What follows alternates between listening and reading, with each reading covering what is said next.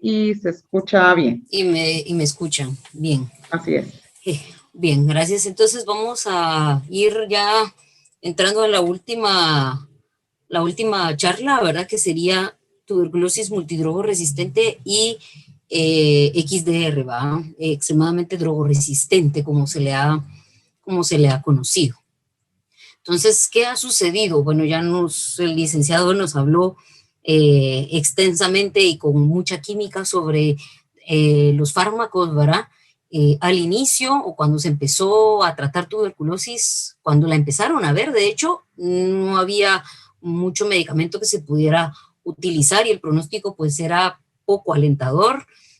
Muchos pacientes fallecían, una curación espontánea de 25 a 30%, pero con una gran cantidad de secuelas. Y este panorama fue cambiando en 1950 a 1960, cuando se empezaron ya a adentrar y a descubrir pues, los primeros antifímicos, streptomicina, que fue la primera, ¿verdad? Y que a raíz de eso se empezaron a hacer los primeros estudios clínicos que les comentaba que tuberculosis tiene pues que presumir eso, que fue la primera enfermedad donde empezaron a hacerse estudios clínicos, ¿verdad?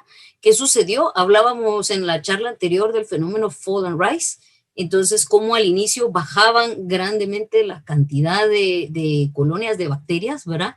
Con lo cual el paciente mejoraba clínicamente muy bien, pero posteriormente empezaban a subir y ahora con bacilos resistentes a esa monoterapia, que en ese tiempo sí era tal cual monoterapia, era streptomicina nada más. Entonces se empezó a buscar por qué sucedía esto y qué era la mejor respuesta y empezaron a entender, digamos, todo lo que vimos en la plática anterior. Y se empezó entonces a la combinación de drogas. Y con esto, pues se logró que el paciente mejorara, ¿verdad? Y que el paciente, pues, llegara a feliz término siempre y cuando se lleve bien esta combinación de drogas. ¿Qué ha sucedido? Ha sucedido que desafortunadamente a lo largo del tiempo se ha aflojado un poco en situaciones de control de la enfermedad, control del tratamiento, y esto ha llevado básicamente a lo que es muchas de las resistencias que conocemos hoy por hoy. Vean, estos son datos nuevamente del programa de tuberculosis, la prevalencia de casos RR-MDR por departamento, y aquí pues sí es cierto, no hay en todas las áreas, pero ya quedan poquitos, 6 departamentos en los cuales tengamos resistencia, ya sea resistencia a rifampicina pura o MDR a nivel nacional, y algunos departamentos como Chiquimula, Quiché y Santa Rosa que pues ya están empezando a tener gran cantidad de estos, ¿verdad? Del 2015 para el 2021, vean cómo ha ido pues aumentando tanto la resistencia, los MDRs, los RR se dispararon, sobre todo en el 2019, 2020. Esto también tiene que ver mucho con el advenimiento de las técnicas moleculares, como es el GeneXpert, la facilidad que esto ha dado en diagnosticarlos, pero como hemos empezado a tener casos a nivel nacional, y vean ustedes que en el 2017 ya empezamos a tener casos XDR, 2017, 2018, 2019, y subió en el 2020, a pesar de la pandemia que tuvimos, y pues no sabemos cómo vamos a estar actualmente para el 2021.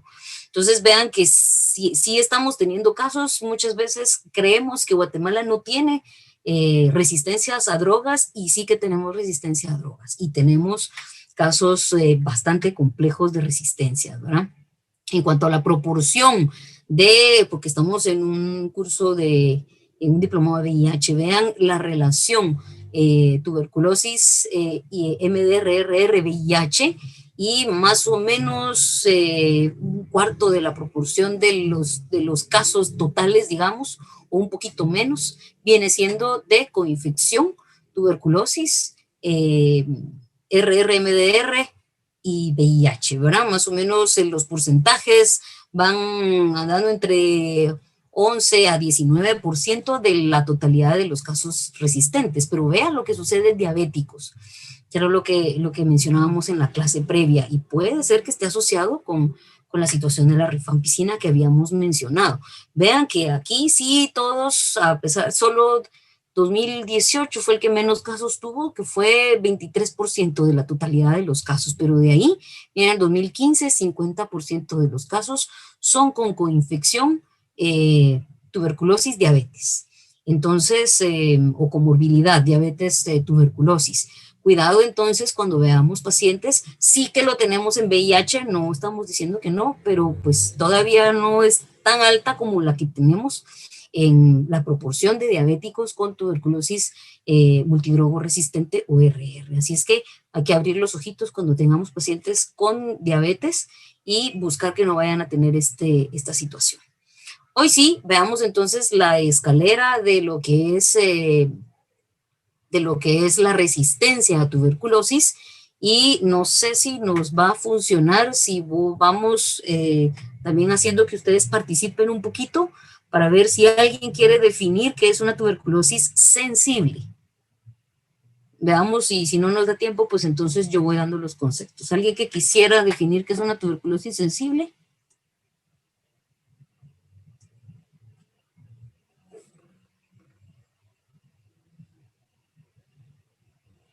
No se animan, no nos animamos. ¿Perdón? ¿Tiene resistencia? Ajá. ¿A quién? A las terapias de primera línea. Muy bien. Entonces, que es sensible, dicho en otras palabras, tú le dijiste que no es resistente, ¿verdad? O que es sensible a fármacos de primera línea. Ese sería el sensible, hoy por hoy. Monorresistente. ¿Alguien quisiera definir monorresistencia? Ya lo platicó el licenciado Emerson. Es cuando presenta resistencia únicamente a una de las drogas. Muy bien, pero todavía tiene algo más que agregarle a su definición.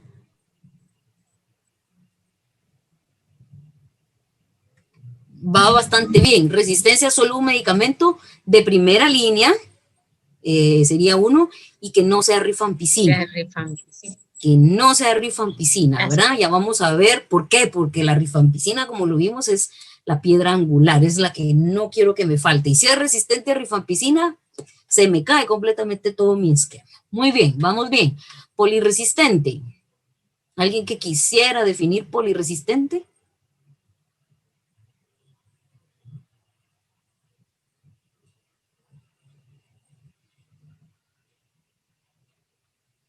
¿No? Bueno, entonces vean, que sea resistente a más de un medicamento. Resistencia a más de uno de los medicamentos. De primera línea, pero acá lo que le tengo que agregar es que no sea isoniazida o rifampicina a la vez, ¿verdad? De hecho, no puede archivar rifa iso y no puede archivar ninguna rifa. Entonces aquí sería, por ejemplo, iso y pira, o pira y etambutol, o etambutol e iso, por ejemplo, ¿verdad? Pero no puede involucrar a iso y rifa al mismo tiempo, y obviamente no puede involucrar a ninguno que sea de rifa. Muy bien. Hoy sí, el RR, ese es muy facilito. ¿RR qué sería? Resistente a rifampicina.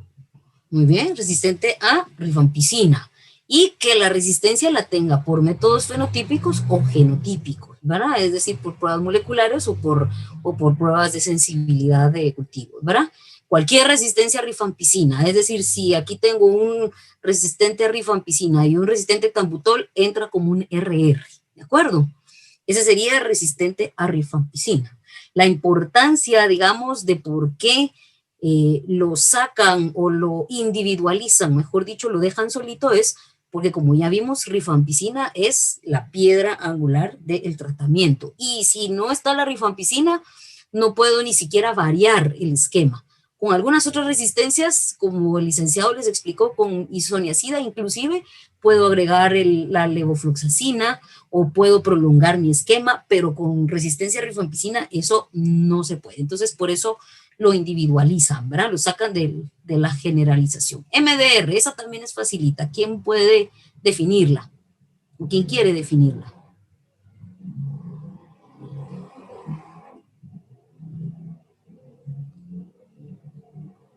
Es cuando existe resistencia a isoniazida y a rifampicina.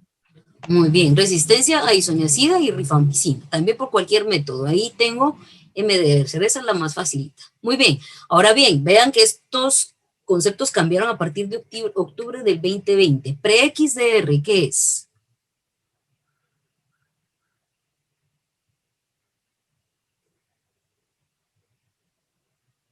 ¿Alguien que lo tenga? Es cuando es resistente a no solo a isoniazida rifampicina, sino que también a de segunda línea, ya sea a los aminoglucósidos o a las fluoroquinolonas, pero no a los dos al mismo tiempo. Ok, bastante bien, solo que cambió la definición. ¿Por qué? Porque afortunadamente los aminoglucósidos ya van para afuera. Ya no los vamos a utilizar, o al menos eso es lo que se busca, y por consiguiente ya nos cambió la definición y ahora es el que sea MDR o RR y que tenga resistencia a fluoroquinolonas. ¿Por qué? Porque el inyectable ya no lo vamos a usar más. Así es que no nos interesa que sea resistente porque igual no lo vamos a usar. Digamos, el concepto que tienes está bien, pero como ya no lo vamos a usar, entonces la OMS dejó ahora solo resistencia a fluoroquinolonas. ¿Verdad? ¿Queda claro? Muy bien, y por último, el XDR.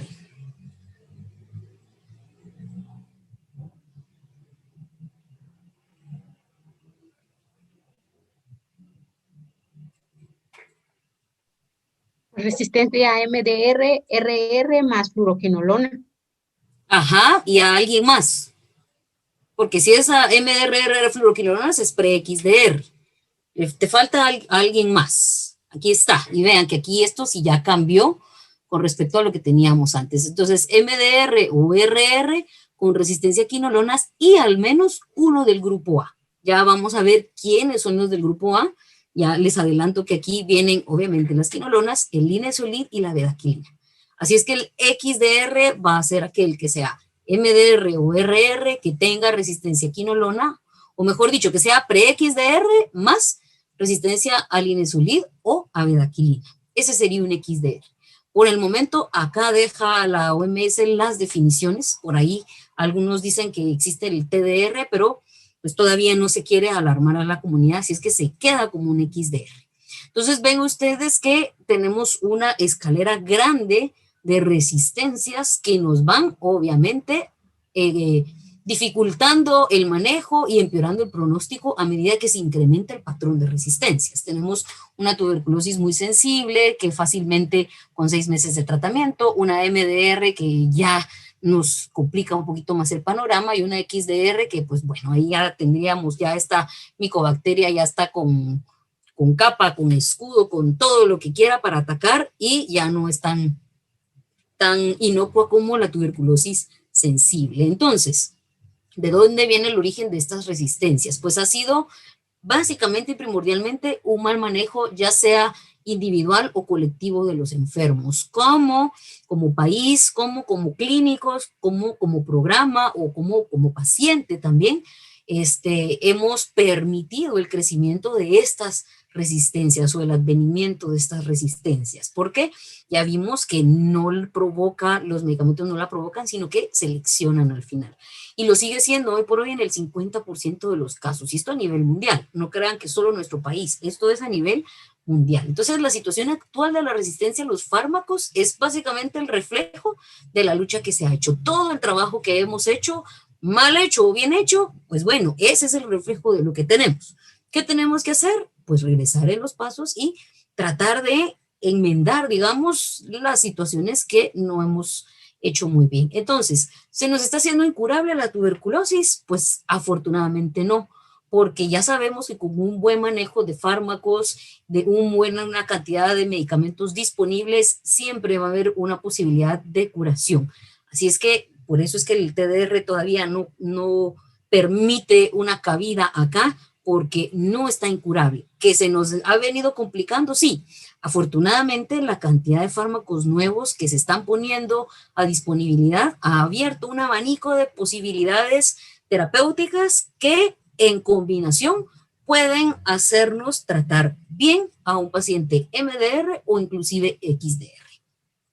Vean entonces, recordando los tipos de resistencias, la natural, donde no ha sido expuesta a drogas; la primaria, donde un paciente con una resistencia se la contagia al segundo; y una secundaria, que sería la incorrecta administración a fármacos.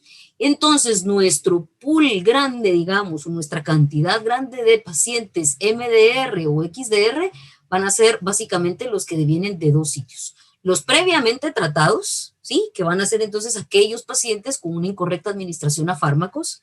Y vuelvo a repetir, esta incorrecta administración de fármacos puede ser porque nosotros no vimos una interacción y permitimos que continuara una disminución de un fármaco, porque el paciente se lo tomó de forma incorrecta, porque no dimos un buen plan educacional al paciente. Así es que aquí, digamos, todos tenemos cola que nos machuquen de alguna manera, por decirlo así.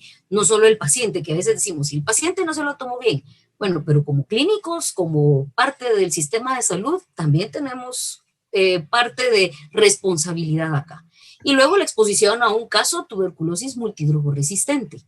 Y por eso la importancia de la búsqueda de los pacientes con tuberculosis y poder definir si hay que darles tratamiento o no. Si hay exposición a un caso tuberculosis MDR, hay que empezar también a buscar enfermedad o infección en este grupo de personas y definir qué profilaxis le vamos a dar. Y en pacientes con tuberculosis latente con exposición a MDR, lo que se está utilizando actualmente son las quinolonas, básicamente para, así como isoniazida en el sensible, pues las quinolonas van a ser la que nos van a tratar la tuberculosis latente en las exposiciones a casos TB-MDR. Vean, para el 2013, más del 50% de los casos nuevos de tuberculosis resistente fueron de personas nunca antes tratadas, es decir, fueron de una tuberculosis primaria, de aquel que tuvimos contacto con alguien MDR y se infectó, se contagió y posteriormente desarrolló la enfermedad. Aquí entonces resalta la importancia de la transmisión, de cómo también muchas veces permitimos que esta persona, al no darle un buen plan educacional, siga distribuyendo, como que está distribuyendo dulces en la comunidad, pues él está distribuyendo su tuberculosis multidrogoresistente y pues ya, ¿qué importa ahí?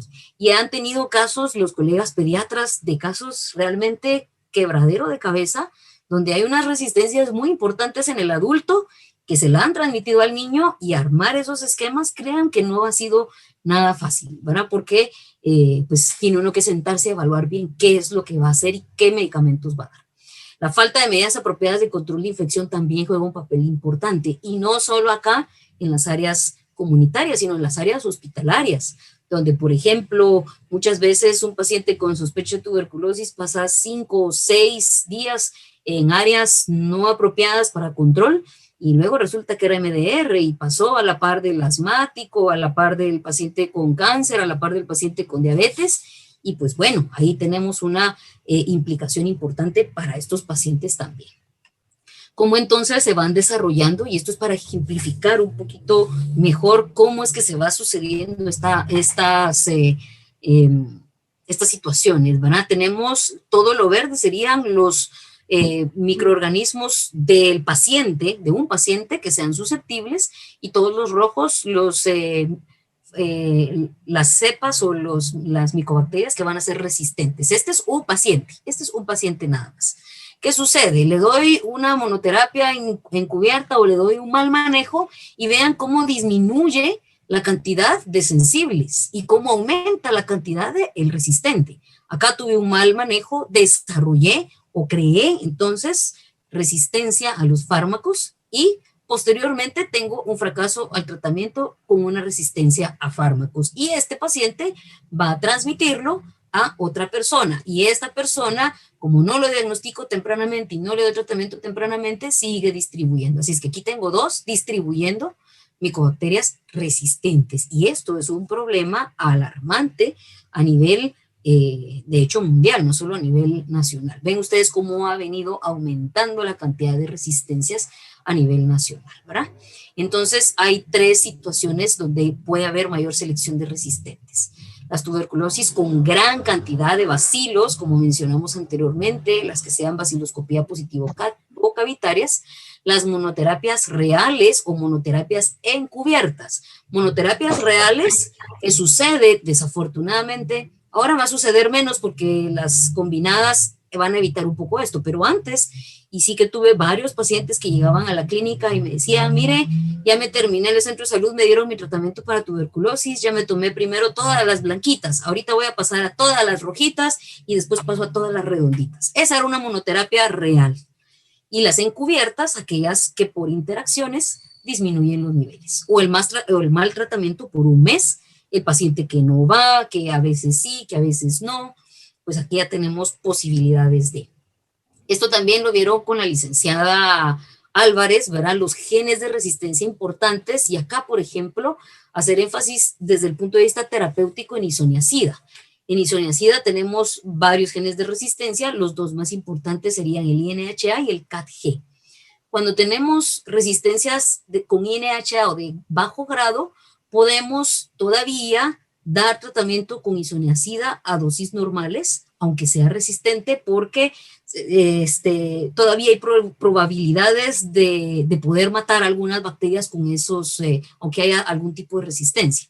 Mientras que con el CAT-G, que es moderado o alto, acá podemos subir la dosis, pero ya va a ser mucho más difícil. Así es que ustedes van a ver que a lo largo del tiempo se ha preferido aumentar la dosis de la isoniazida, tratando entonces de darle tratamiento precisamente a las de grado moderado o alto, ¿verdad? Entonces, y cuando tenemos una INHA de bajo grado, se pueden dar las dosis usuales. Rifampicina, que sería el RPOB, las fluoroquinolonas, el GIRA y el GIRB, los fármacos inyectables de segunda línea, que serían el RRS y el LACE, y la piracinamida, el PNSA, y el etambutol, que sería el EMBA, EMBB y el EMBC, ¿verdad? Y cada uno de ellos va teniendo su gen de resistencia. Hasta el momento, estos son los que se han tenido. Vean la clasificación de fármacos antituberculosos del 2019. Estas fueron las últimas guías, o por lo menos, perdón, la última clasificación de fármacos que hoy por hoy sigue vigente, que salió en el 2019. Y de ahí entonces lo que mencionábamos de la reformulación del concepto del pre-XDR y del XDR. Acá están los fármacos entonces de primera o segunda línea, pero sobre todo los de segunda línea del grupo A, que van a incluirlos dentro de esta nueva clasificación. Tenemos las quinolonas, la bedaquilina y el linezolid, ¿verdad? Entonces, si tenemos resistencia a levofloxacina, por ejemplo, nos quedarían 2 fármacos del grupo A para usar, bedaquilina o linezolid. Pero si es un XDR, ya solo me queda 1 para usar. Y ya nos va complicando el panorama. En el grupo B, clofazimina, que se ha ganado su espacio a mucho esfuerzo y que ya ha logrado llegar al grupo B. Vean que antes, en la clasificación previa, estaba en grupo C, lo mismo que el linezolid, pero clofazimina llegó al grupo C. Es un muy buen esterilizante, de los mejores esterilizantes que hay. Cicloserina también ha logrado subir del grupo C al grupo B, aunque por los efectos adversos, pues habrá que ver si sigue estando en el grupo B o vuelve a caer al grupo C. Y luego en el grupo C tenemos el etambutol, el delamanid, la piracinamida, los carbapenémicos, los aminoglucósidos, que antes estaban en el B y bajaron al grupo C, afortunadamente, porque los efectos adversos de estos han hecho que vayan quedando más en desuso. Etionamido, proteonamida, que sigue en el mismo grupo, y el PAS, que también subió, pero también hay que ver si sigue estando ahí por los nuevos esquemas que vamos a ver más adelante que se están armando.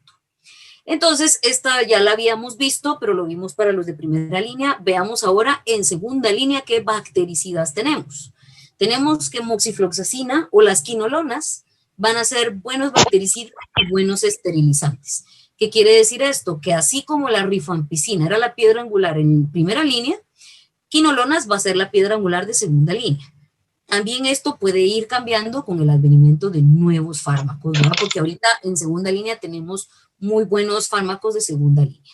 Tenemos como bactericida el linezolid, pero vean que también es buen esterilizante. Tiene 2 mecanismos ahí que nos ayudan para el abordaje de los pacientes. Bedaquilina, que también es muy buen bactericida, más bactericida que esterilizante, pero juega también ambos papeles, y el delamanid, que también va a jugar 2 papeles, ¿verdad? Acá no se los incluí, pero por ejemplo los carbapenémicos son bactericidas por excelencia, ¿verdad? Y la desventaja que tienen, al igual que los aminoglucósidos, es que deben ser por vía parenteral y no por vía enteral. Y eso es la gran pata que hace que cojee mucho el bactericida, porque es excelente bactericida, pero bueno, hay que ponerlos y tener una infraestructura montada distinta que un centro de salud para poder colocarlos, ¿verdad? Y clofazimina, que es de los mejores esterilizantes que se tienen en estos. ¿Qué diferencias vemos en cuanto a los esquemas o en cuanto al esquema de primera línea? Que acá tenemos más medicamentos de segunda línea, si se dan cuenta que juegan los dos papeles. Juegan bactericida y juegan esterilizante, y esto nos va a permitir armar entonces esquemas que sean más homogéneos, que no tengan que estar cortando tanto a unos meses, otros meses, sino que pueda ser un esquema más homogéneo a la hora de armarlo o de darlo. Bien, entonces, si tenemos frente a nosotros un paciente con una tuberculosis resistente a rifampicina, que ya vimos el concepto, la vamos a tratar tal y como fuera una tuberculosis MDR. ¿Por qué? Porque rifampicina, por ser piedra angular, no me puedo arriesgar con un medio esquema de primera línea. Así es que tengo que armar un buen esquema de segunda línea, que sería un MDR. Esa es la razón primordial. Bien, entonces puedo tener en estos tratamientos MDR resistentes a rifampicina pura o resistentes a rifampicina isoniazida, que sería MDR, RR o MDR. Vamos a jugar un poco a armar esquemas o a diseñar esquemas de tratamiento. Y la OMS se ha dedicado mucho a hacernos entender cómo podemos nosotros, porque a la hora de que digamos MDR o XDR, pues están las guías de cuáles son los esquemas que podemos hacer, pero de repente si nos quitan uno tendría que pensar cuál otro voy a usar si tengo tanta gama de buenos y nuevos medicamentos. Así es que vamos a diseñar esquemas de tratamiento de tuberculosis y tenemos acá que necesitamos 4 puntos primordiales.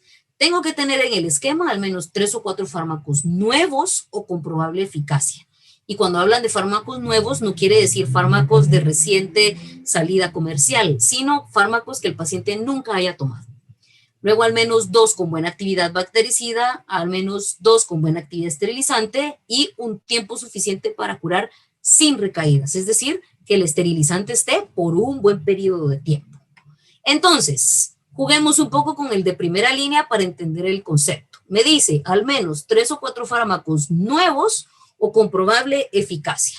Como son pacientes naive nuevos, pues bueno, tengo 4 fármacos nuevos que el paciente nunca ha tomado. Al menos 2 con buena actividad bactericida, y recordaremos que buena actividad bactericida teníamos isoniazida y rifampicina. Con lo cual ya tengo 2 buenos fármacos con actividad bactericida.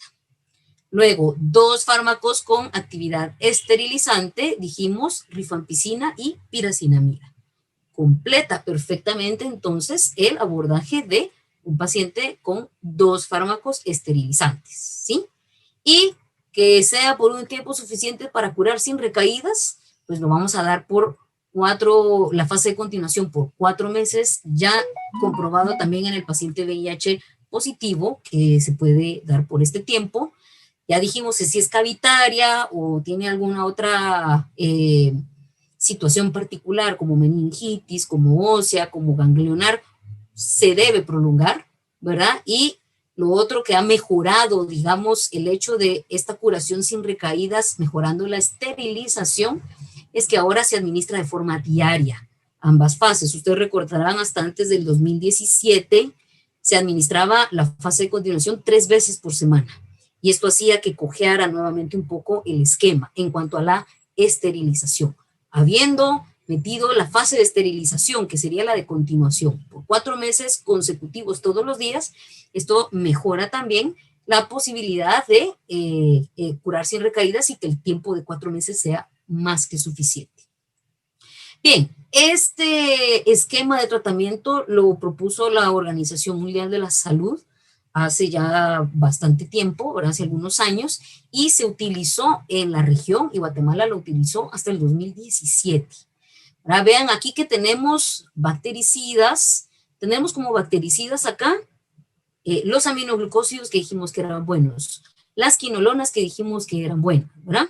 Que básicamente eran nuestros fármacos bactericidas. Y teníamos posteriormente, en la fase de continuación, que necesito buenos esterilizantes, teníamos las quinolonas como esterilizantes y la piracinamida como esterilizantes. Cicloserina no aportaba mucho y la protionamida, tionamida tampoco, así es que nos quedábamos con 2 fármacos y esto hacía que cojeara mucho el esquema en general Y si a esto le agregamos que teníamos que someter al paciente 6 meses de pinchones diarios en la nalga, con todas las complicaciones que puede incluir el aminoglucósido, como es la ototoxicidad y la nefrotoxicidad, pues bueno, este esquema curaba más o menos y sometía a los pacientes a mucho efecto adverso.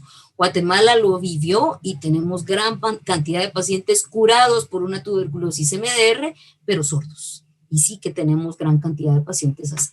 Así, vean ustedes entonces a nivel mundial, ni siquiera a nivel solo nacional, cómo este esquema fue difícil, digamos, de mantenerlo, sobre todo las adherencias, y un tratamiento exitoso, en el mejor de los casos llegaba hasta el 62%, en las Américas en el 56%, para un global de un 55%, y Guatemala llegaba a un 51%, no estábamos lejos, pero bueno, nadie quiere un esquema que me cure solo a la mitad de los pacientes y que a todos los someta a pinchones diarios y a posibilidad de quedarse sordo y con una insuficiencia renal. Así es que había que trabajar mucho en este punto particular. Lo otro es que el paciente ingería 14.600 píldoras para tratar una infección, solo una persona, y por allí hicieron entonces de medir cuánto medía cada una de las tabletitas, y si cada una de las tabletitas las ponían paradas, lograba alcanzar 228 metros, que es el equivalente a la altura del Golden Gate en Estados Unidos, ¿verdad?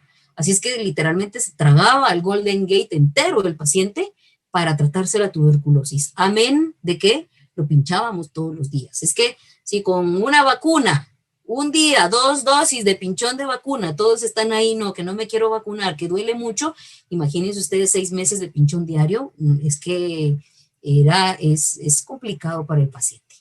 A raíz de eso empezaron entonces algunos estudios. Uno de los que más movió las aguas fue el estudio de Bangladesh, donde entonces vean ustedes que disminuyendo el tiempo de los inyectables y agregando clofazimina también acá, que es un buen esterilizante, lograban tener un 88% casi de pacientes curados y sin recaídas.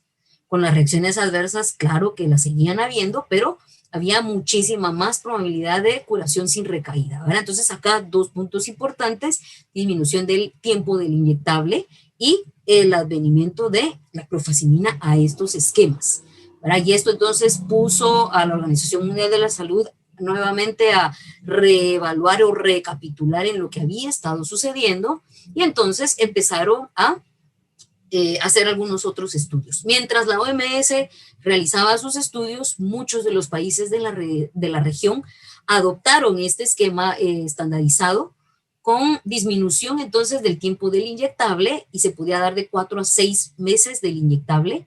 El tiempo de 4 a 6 meses iba a depender principalmente de la negativización del esputo del paciente. Si el paciente en el segundo mes ya me había negativizado, en el tercer mes ya me había negativizado, le podía dar 4 meses de inyectable nada más. Y como habíamos dicho, la clofazimina, ¿verdad? Entonces, si quisiéramos buscar, digamos, regreso acá, perdón. Si quisiéramos verificar si cumplía lo que la Organización Mundial de la Salud nos pedía, vemos que tenía al menos 3 fármacos nuevos. Tenía la kanamicina, tenía la quinolona, tenía la clofazimina y tenía la proteonamida, porque venían de fracasos y ya habíamos usado la piracinamida, el etambutol y la isoniazida, que aquí era a dosis altas, ¿sí? Entonces podíamos utilizar este esquema por fármacos nuevos. 2 fármacos bactericidas, teníamos la kanamicina y teníamos la moxifloxacina, y teníamos la isoniazida también. 2 fármacos esterilizantes, teníamos las quinolonas, teníamos la clofazimina, teníamos la piracinamida, que actuaban muy bien como esterilizantes. Y que actuaban durante mucho tiempo, pues bueno, teníamos de 9 a 11 meses de tratamiento con un esterilizante que se iba durante todo el tiempo de tratamiento y la piracinamida que lo acompañaba. Así es que con esto se tuvo bastante más éxito. Guatemala llegó como al 70% aproximadamente de.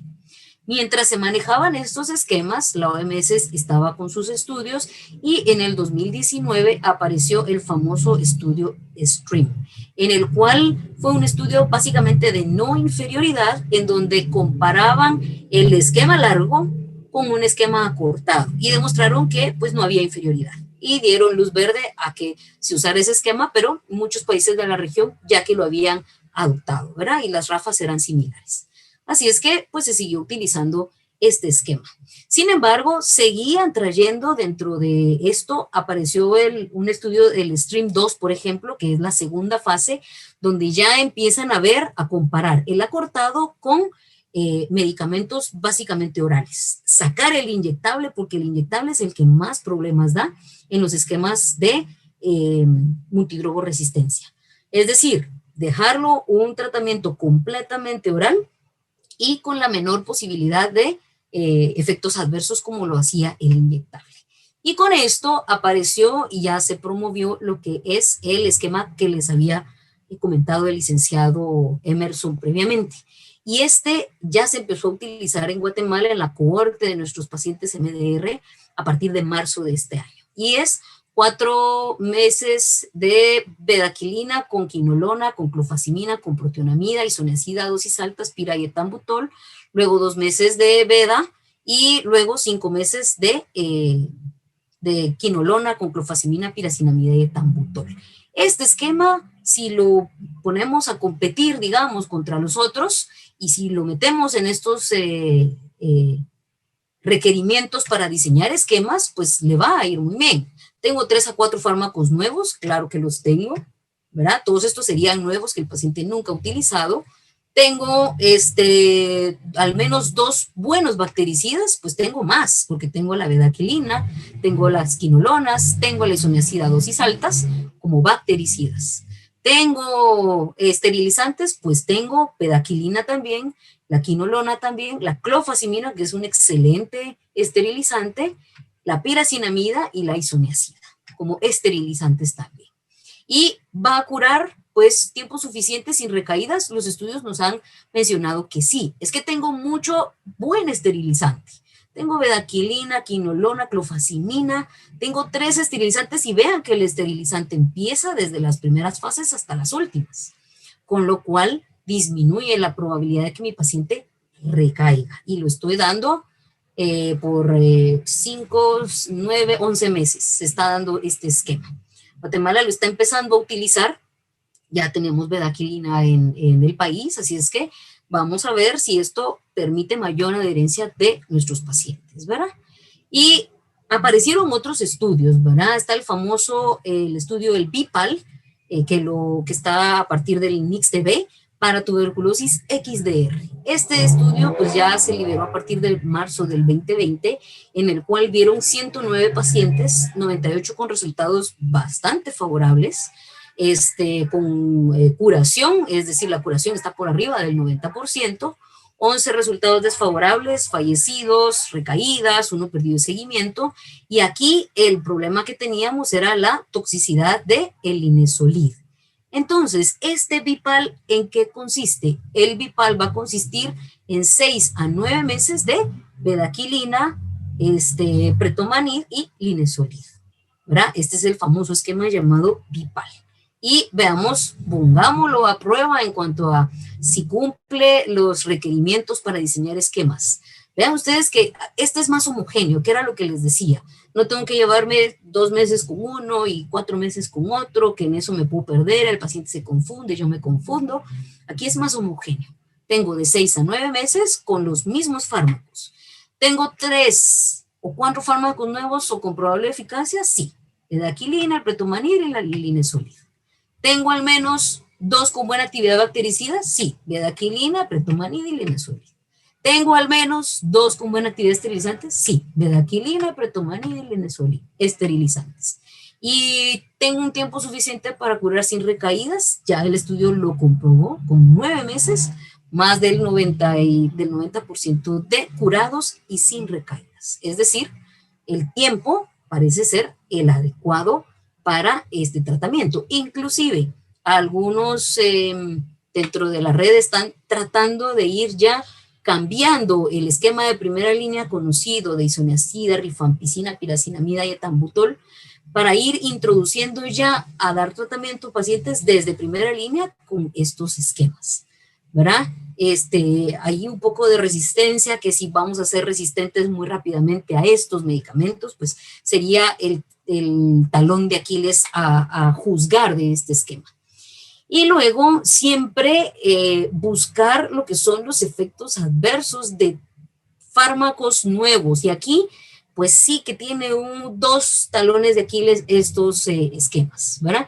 Podemos tener presentaciones de RAFas gastrointestinales, la cardíaca, que es la que más llama la atención y por la que más pacientes han tenido que salir de los estudios y la que más hay que estar pendientes, que es la prolongación del QT, por los famosos medicamentos cuteros, como le llaman con cariño cuando trabajamos con estos fármacos, ¿verdad? Pero hay endocrinos, dermatológicos y hematológicos. En cuanto a los reacciones adversas gastrointestinales, etionamida y protonamida o PAS causan mucho efecto gastrointestinal. Y muchas veces lo que tenemos que hacer es disminuir las dosis de la etionamida y protonamida para tratar de compensar este efecto de náuseas o vómitos. Diarrea también, nuevamente etionamida, protonamida o PAS, que son los que más causan, ¿verdad? Y de repente uno puede disminuir la dosis si es diarreas que son ya incontrolables. En cuanto a las prolongaciones del QT, tenemos estos fármacos me los causan quinolonas más la moxifloxacina que la levofloxacina, bedaquilina, que es su mayor talón de Aquiles de bedaquilina, es la prolongación del QT, por lo que más lo han tratado de evitar. El de la manid, clofazimina y pretomanid, son como los más cuteros y si se dan cuenta, el Bipal incluye bedaquilina, incluye levofloxacina, incluye pretomanid.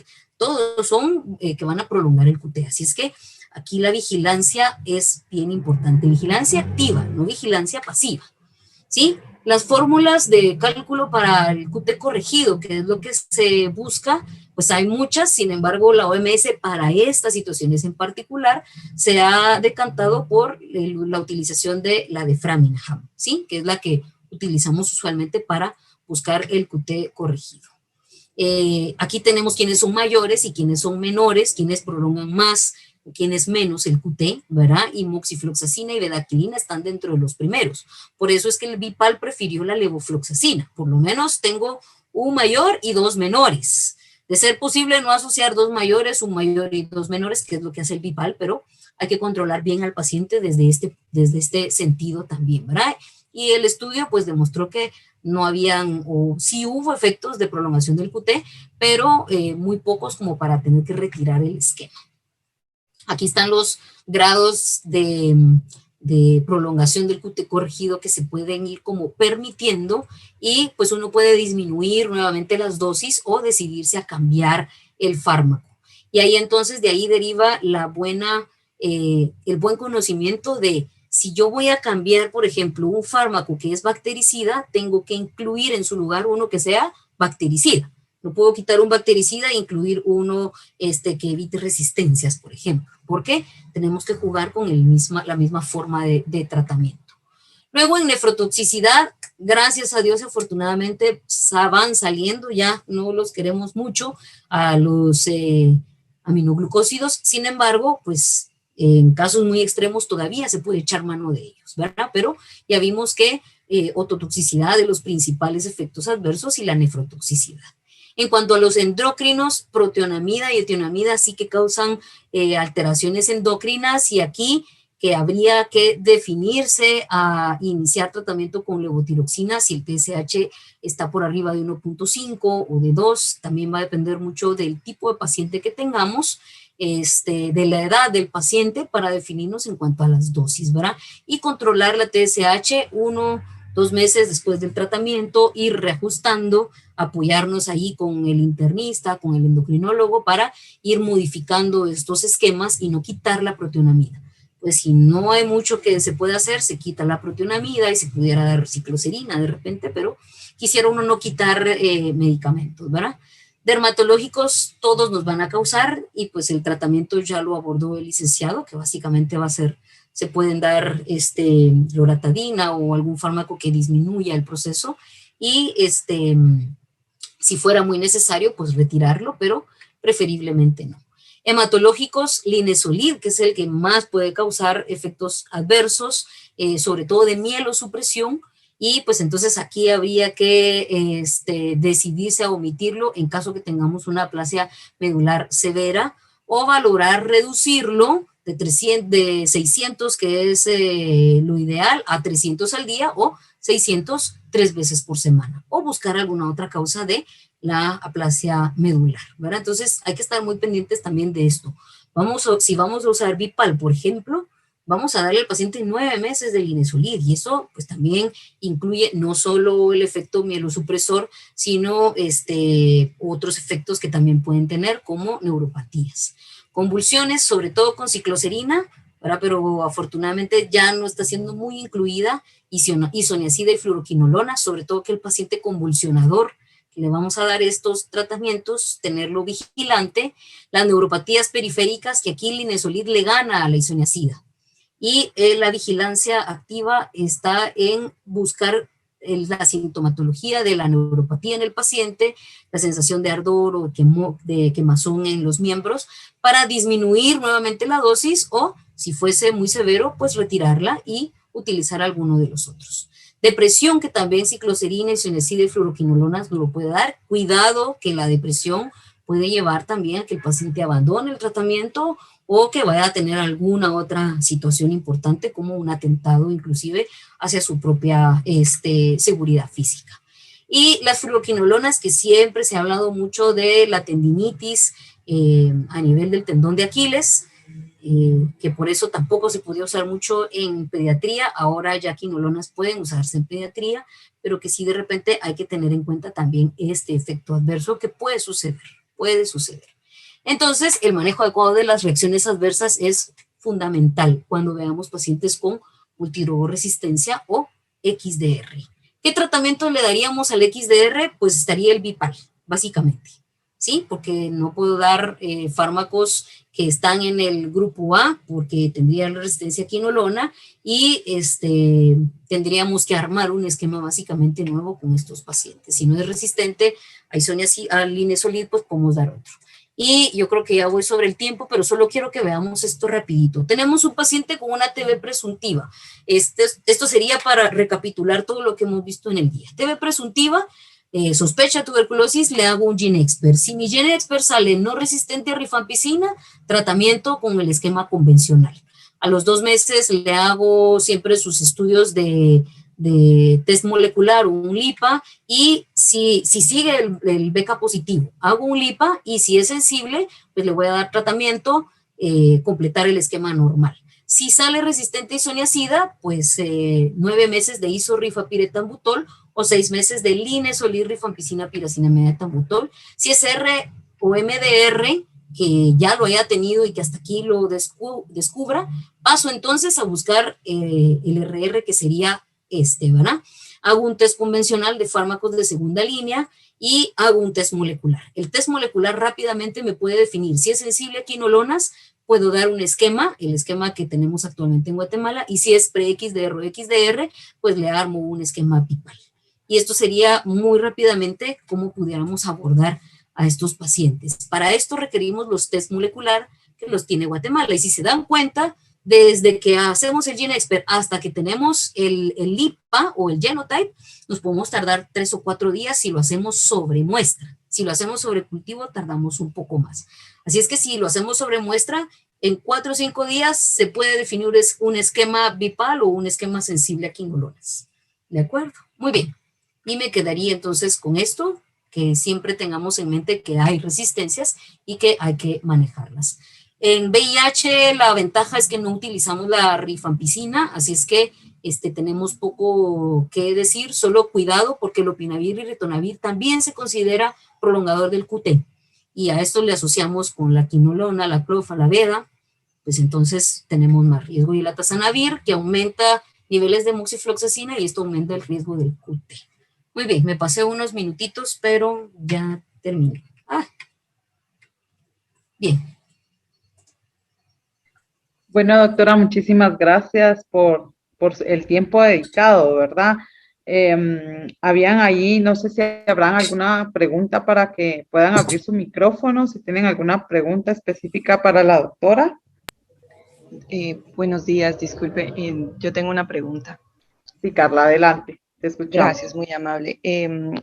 Es una pregunta más que todo uniendo todo lo que hemos visto en la mañana y ahorita con la plática de la doctora.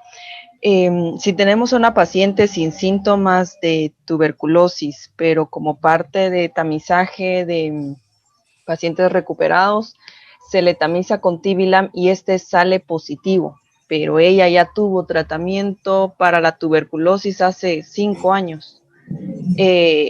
¿Puedo tomar este Tivilam como positivo nuevamente?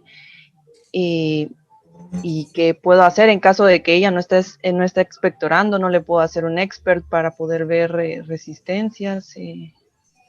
Tengo esto. No sé si la Licro sí les habló del Tivilam. Me dijo LAM o LAMP, porque hay un LAM, LAM, y hay un LAMP con P al final, LAM. Tivilam. LAM, ok, con el LAM,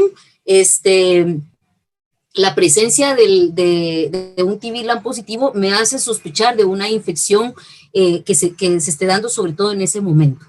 Entonces, sí habría que evaluar a este paciente desde el punto de vista clínico, si no tiene tos y es paciente VIH, ver nivel de CD4, ver si podemos todavía darnos el lujo, digámoslo así, de esperar cultivos, y como no puede haber solamente a nivel pulmonar, pues hacer, por ejemplo, cultivos GeneXpert de orina, o si hay alguna lesión, algún ganglio, tomarlo de allí y empezarnos a tratarlo. Si no, y no tenemos forma de hacer diagnóstico del paciente, el paciente clínicamente está muy bien, pues bueno, podríamos empezar tratamiento, pero nos arriesgamos a que el paciente nos vaya a hacer una reacción paradójica posteriormente, ¿vale? Entonces, aquí con estos pacientes la clínica va a mandar muchísimo. Si tuvo una tuberculosis previa, no, sí pueden haberla positivos con tuberculosis previas, pero usualmente se relaciona más a un proceso actual.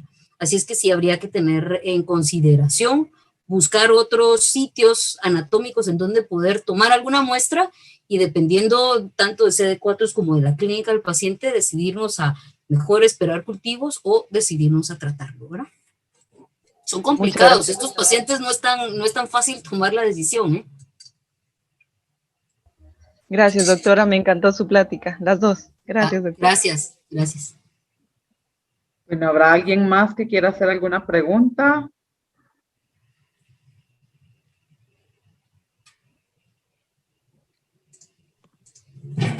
Y buenas tardes. Buenas tardes, sí, te escuchamos.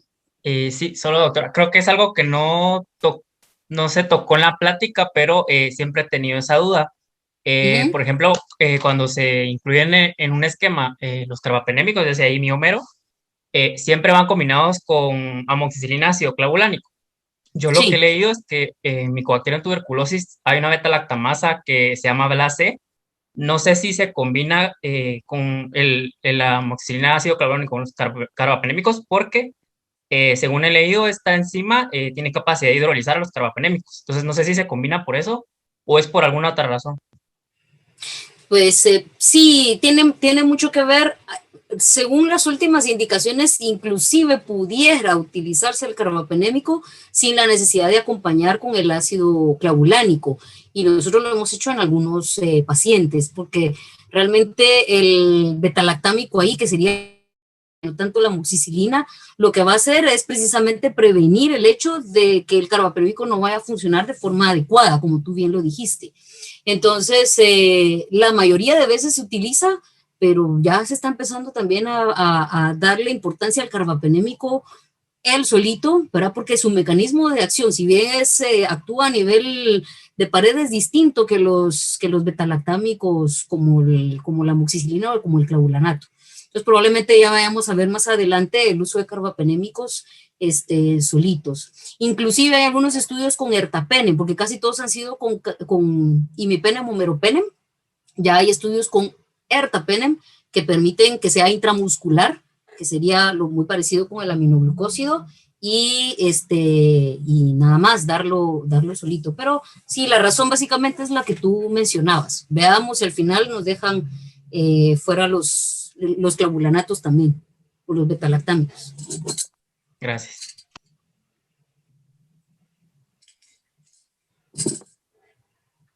Bien, pues le agradecemos, doctora, su tiempo. Hay que la pasamos